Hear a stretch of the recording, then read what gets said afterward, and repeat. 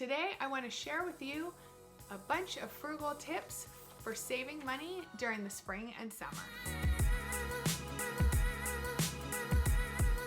Hey there, welcome back to my channel. My name is Kristin and I make videos all about saving money, paying off debt, living frugally. If that sounds like something you'd be interested in, I hope you will subscribe to my channel and click that bell to get notified every time I have a new video.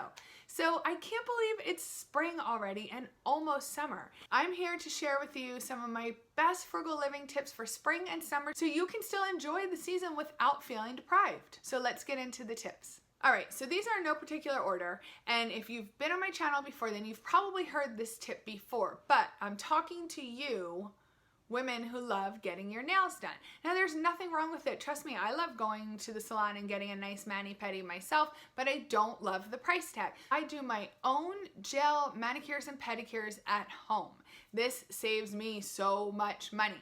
I just did a whole video showing you step by step how I do my DIY gel manicures. You can check that out and it gives you all the details, how much it costs, how much time it takes. Living frugally doesn't always mean depriving yourself of the things that you want to do, but it does mean getting a little creative and trying to find a way to cut your costs and still be able to have what you want on a budget that you can afford. So doing your manicures is going to save you a lot of money, but especially during the spring and summer, because when you're wearing flip-flops, you can't have jacked up feet. The next tip is using your public library. Now, again, you've probably heard this tip on my channel and all frugal living channels before, but that's because it's such a good tip. Your local library is such a great resource. My local library has a summer reading program. I used to participate and sign my kids up every year, but it seems like it's geared a little bit more towards younger readers, so I'm not sure that we'll take advantage of it this year, but if you have younger kids, absolutely check out your local library. In fact, I was even just watching an Instagram live the other day with Debt Kickin' Mom, and she actually said that her local library offers a coding course for kids. They offered a day where local law enforcement came and they got to meet the canines. All sorts of different programs are available. Personally, I'm going to look a little bit deeper into our local library this year. A lot of the programs are for younger kids, so definitely, if you have little ones, check them out. They usually offer some sort of mommy and me class or a story time class or other playtimes. This is a great way to take advantage of a whole bunch of different free options and free programs that they might offer throughout the summer. And don't forget, in addition, if you have a library card, you can take out free books to read at the pool or the beach. You can rent free new movies. Mine has a whole bunch of new releases as well, new DVDs, Blu-rays you can rent for free, and you can even use some of the free apps to get free audiobooks or free movies on the apps or free digital books. The one I like best is called Hoopla, but I will leave the link to Hoopla and a couple others down below. All you need is a library card to sign up, and the apps are completely free. So then you can load up your device with a whole bunch of books for the summer. I personally love listening to audiobooks when I'm in the car or I'm walking my dogs, and you can get a whole bunch of free entertainment. The next tip is to check out your local playground. So obviously, playgrounds are a good way to go and wear your kids out for an hour or two, but hey, they can be exhausting for moms too. Sometimes you take your kids to the playground and you think you're gonna be able to sit down and relax for a couple minutes, but no, the kids want you to push them on the swings, they want you to go down the slide, they want you to climb the monkey bars with them. So a lot of local playgrounds will have a free summer program. And again, this is going to be dependent on the ages of your children and your schedule, but check it out. Sometimes they're free or just low cost programs where your kids can go for a certain amount of days each week or a certain amount of time each day, and they have trained counselors there to occupy your kids, teach your kids, take care of them, and you can drop them off and go home, get some work done, get your house cleaned, or just get a little bit of quiet time in your day. So don't forget to hop online and check those out. There'll probably be information on your local community website. The next tip is use your local pool. Now this, of course, isn't free and in some cases can actually be quite pricey, but depending on your budget, it might be worth your money. So for us, we are kind of in the middle. You know, we're debt free, but we're still working really hard to save our emergency fund, and we're still operating on a pretty tight budget each month. We could either join our pool, which is a couple $100s for the summer, or we could be at home with my kids being bored and wanting to play video games or lay around and watch TV all day. What we'd prefer to do is take a bunch of mini vacations or day trips, but they just add up. So when we really sit down and look at it, paying the money for the pool gets our kids outdoors, gets them fresh air, gets them exercise, gives them time to play with their friends, gives me time to sit and watch a book since they're independent swimmers and I don't really need to get in the pool with them if I don't want to. So it's worth the money to us. Look at the breakdown of how much we actually pay each month. We just make sure that we are getting there and getting the use out of our membership. So it's not gonna make sense for you to join a local pool if you're not going to use it. You're just gonna be wasting the money that you pay for the membership. So take a look at your budget, take a look at the costs, and if it makes sense to you, if you're going to get good use out of it, then I highly suggest spending the money and going to the pool because it keeps your kids entertained all summer long. Another thing I want to mention as far as pool memberships go, if you do decide to join a pool, make sure that you start a sinking fund now for next year, for next summer. That way, if you plan on joining that pool again, you'll have the money ready to go by the time the membership letter comes in the mail.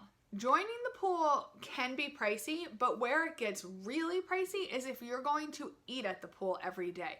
We never eat at the pool. This is how I run our summer days. The kids get up, and even though we plan on going to the pool most days, we do not go until they eat lunch. That way I don't have to pack a lunch every single day and take it to the pool, and they're not begging me to buy expensive, disgusting food at, who am I kidding? It tastes really good, but it's pricey and not good for you, at the snack bar. Because buying food, even if it's just snacks, but especially if it's lunch every day at the snack bar, really, really adds up. It's gonna add up really quickly, and it's going to bust your budget each month. So what I do for my kids is I give them $1 each week. Now some days, some weeks, depending on the weather or on our schedule, we might only get to the pool 1 day a week. Some weeks we get there 3 days a week, but they get $1 each week, and they can use that at some point to buy themselves a treat. Because trust me, we have plenty of treats at home. I have them pack some snacks every day to take to the pool. We pack giant bottles of ice water, and then they have that $1. I know that's not a lot of money,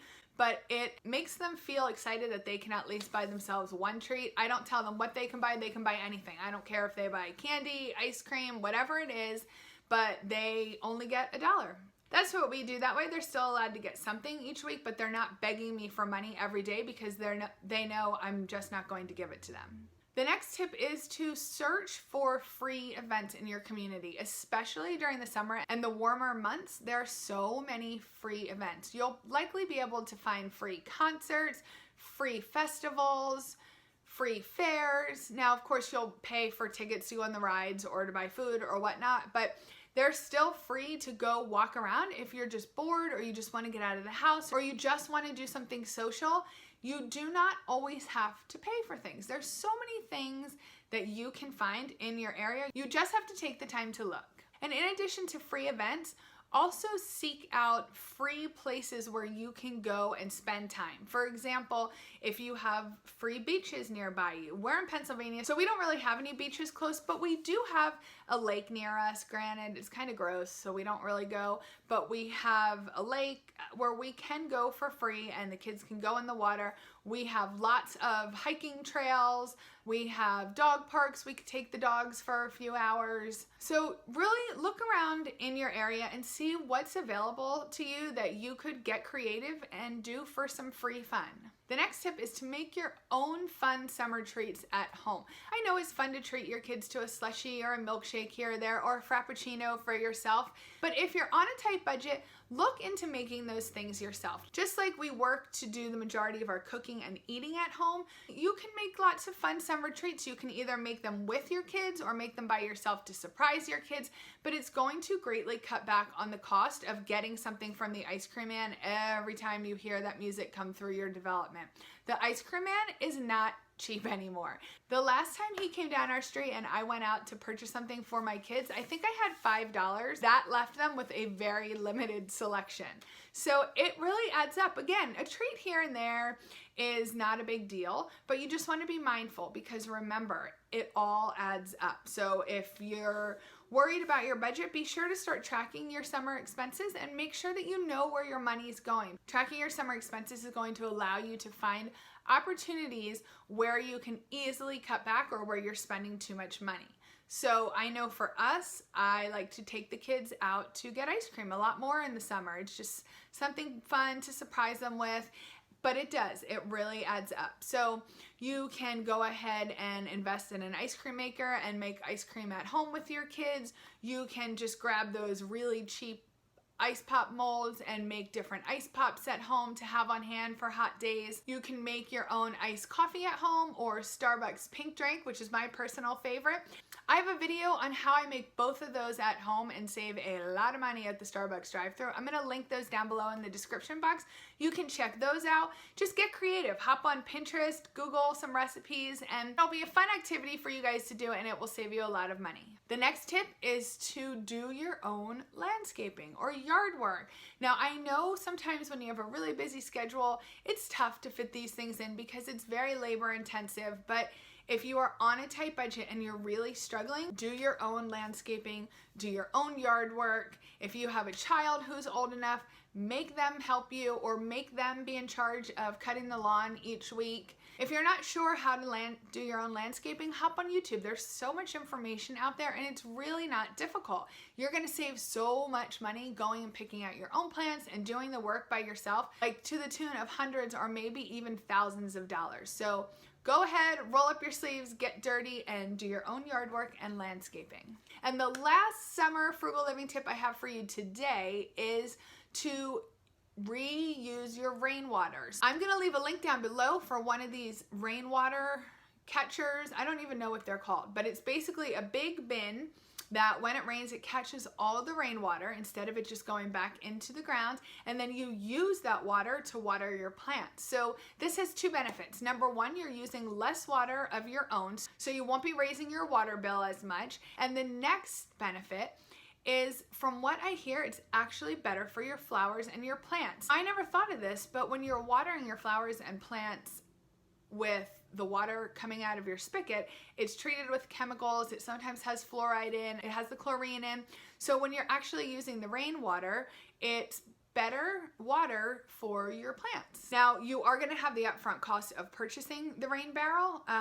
This is something that I really want to do here. We don't have one. I was hoping to get one this year.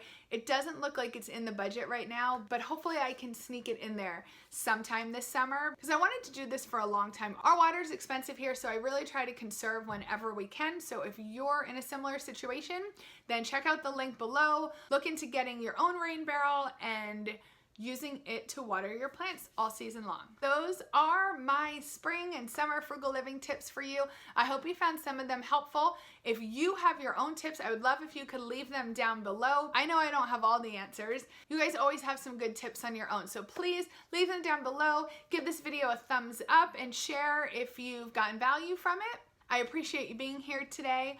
I hope you'll subscribe, and I hope you have a wonderful summer.